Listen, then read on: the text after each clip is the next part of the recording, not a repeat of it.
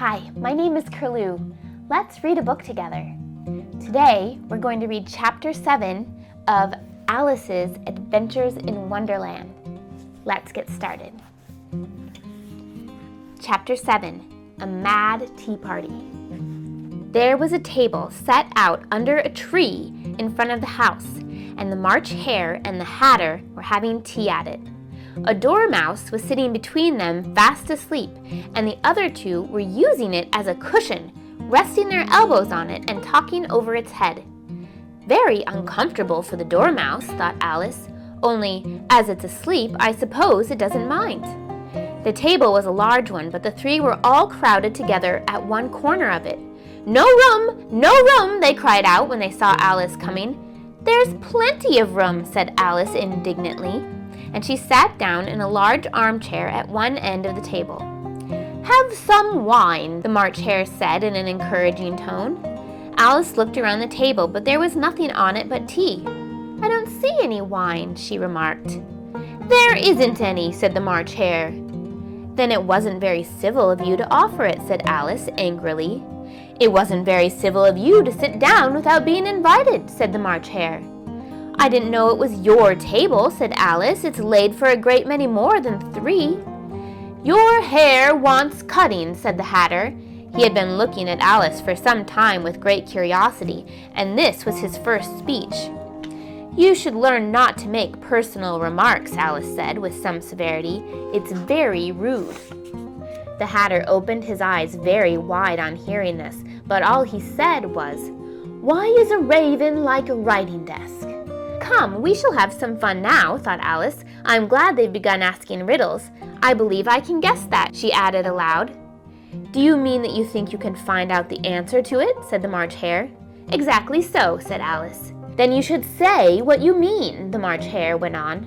"I do," Alice hastily replied. At least I mean what I say. That's the same thing, you know." "Not the same thing a bit," said the Hatter. "You might just as well say that I see what I eat is the same thing as I eat what I see." "You might just as well say," added the March Hare, "that I like what I get is the same as I get what I like." "You might just as well say," added the Dormouse, who seemed to be talking in his sleep, "that I breathe when I sleep is the same thing as I sleep when I breathe." "It is the same thing with you," said the Hatter, and here the conversation dropped, and the party sat silent for a minute, while Alice thought over all she could remember about ravens and writing desks, which wasn't much. The Hatter was the first to break the silence. "What day of the month is it?" he said, turning to Alice. He had taken his watch out of his pocket and was looking at it uneasily, shaking it every now and then, holding it to his ear. Alice considered a little and then said, "The 4th. 2 days wrong," sighed the Hatter. "I told you butter wouldn't suit the works," he added, looking angrily at the March Hare. "It was the best butter," the March Hare meekly replied. "Yes, but some crumbs must have got in it as well," the Hatter grumbled. "You shouldn't have put it in with the bread knife." The March Hare took the watch and looked at it gloomily. Then he dipped it in his cup of tea and looked at it again. But he could think nothing better to say than his first remark. "It was the best butter, you know." Alice had been looking over his shoulder with some curiosity. "What a funny watch," she remarked. "It tells the day of the month and doesn't tell what o'clock it is." "Why should it?" muttered the Hatter. "Does your watch tell you what year it is?" "Of course not," Alice replied very readily. "But that's because it stays the same year for such a long time together." "Which is just the case with mine," said the Hatter. Alice felt dreadfully puzzled. The Hatter's remarks seemed to have no sort of meaning in it, and yet it was certainly English. "I don't quite understand you," she said as politely as she could. "The Dormouse is asleep again," said the Hatter, and he poured a little hot tea upon its nose. The Dormouse shook its head impatiently and said, without opening its eyes, Of course, just what I was going to remark myself." "Have you guessed the riddle yet?" the Hatter said, turning to Alice. "No, I give up," Alice replied. "What's the answer?" "I haven't the slightest idea," said the Hatter. "Nor I," said the March Hare. Alice sighed wearily. "I think you might do something better with the time," she said, "than waste it in asking riddles that have no answers." "If you knew time as well as I do," said the Hatter, "you wouldn't talk about wasting it. It's him." "I don't know what you mean," said Alice. "Of course you don't," the Hatter said, tossing his head contemptuously. "I dare say you never even spoke to time." "Perhaps not," Alice cautiously replied, "but I know I have to beat time when I learn music." "Ah, that accounts for it," said the Hatter. "He won't stand beating. Now, if only you kept on good terms with him, he'd do almost anything you liked with the clock. For instance, suppose it were 9 o'clock in the morning, just time to begin lessons. You'd only have to whisper a hint to time, and round goes the clock in a twinkling. 1:30, time for dinner." "I only wish it was," said the March Hare to himself in a whisper. "That would be grand, certainly," thought Alice. "But then, I shouldn't be hungry for it, you know."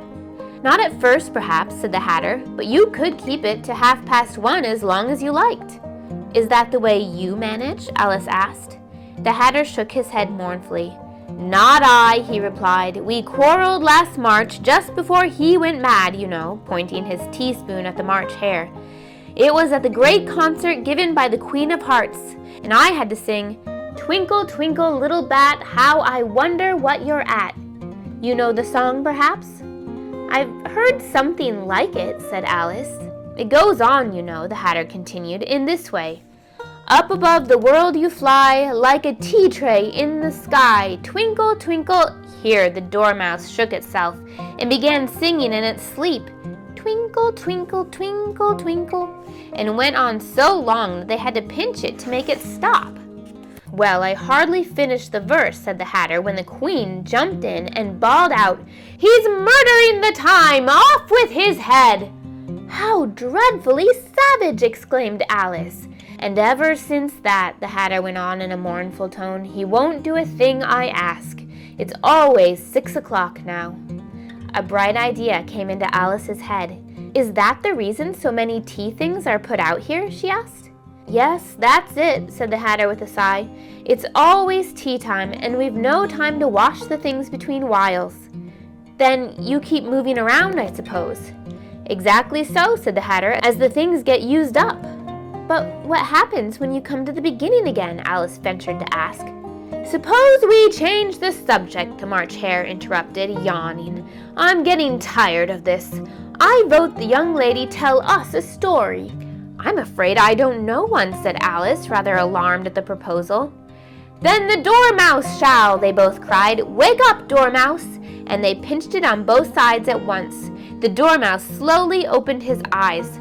"I wasn't asleep," he said in a hoarse, feeble voice. "I heard every word you fellows were saying." "Tell us a story," the March Hare said. "Yes, please do," pleaded Alice. "And be quite quick about it," added the Hatter, "or you'll be asleep again before it's done." "Once upon a time, there were 3 little sisters," the Dormouse began in a great hurry, "and their names were Elsie, Lacie, and Tilly, and they lived at the bottom of a well." "What did they live on?"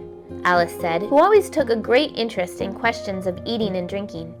"They lived on treacle," said the Dormouse, after thinking a minute or two.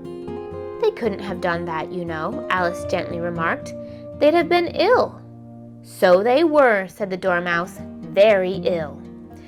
Alice tried to fancy to herself what such an extraordinary way of living would be like, but it puzzled her too much, so she went on, "But why did they live at the bottom of a well?" "Take some more tea," the March Hare said to Alice very earnestly. "I've had none yet," Alice replied in an offended tone, "so I can't take more." "You mean you can't take less," said the Hatter. "It's very easy to take more of nothing." "Nobody asked your opinion," said Alice. "Who's making personal remarks now?" the Hatter asked triumphantly. Alice did not quite know what to say to this, so she helped herself to some tea and bread and butter, and then turned to the Dormouse and repeated her question. "Why did they live at the bottom of a well?" The Dormouse again took a minute or two to think about it, and then said, "It's a treacle well." "There's no such thing," Alice was beginning angrily, but the Hatter and the March Hare went, "Shh, shh," and the Dormouse sulkily remarked, "If you can't be civil, you'd better finish the story for yourself." "No, please go on," said Alice very humbly. "I won't interrupt again. I dare say there may be one." "One indeed," said the Dormouse indignantly. However, he consented to go on. And so these three little sisters, they were learning to draw, you know. What did they draw? Said Alice, quite forgetting her promise. Treacle, said the Dormouse, without considering at all this time. I want a clean cup, interrupted the Hatter. Let's all move one place on. He moved on as he spoke, and the Dormouse followed him, and the March Hare moved into the Dormouse's place, and Alice rather unwillingly took the place of the March Hare. The Hatter was the only one who got any advantage from the change, and Alice was a good deal worse off than before, as the March Hare had just upset the milk jug into his plate. Alice did not wish to offend the Dormouse again, so she began very cautiously. But I don't understand. Where did they draw the treacle from? You can draw water out of a water well, said the Hatter, so I should think you could draw treacle out of a treacle well. But they were in the well, Alice said to the Dormouse, not choosing to notice this last remark. Of course they were, said the Dormouse.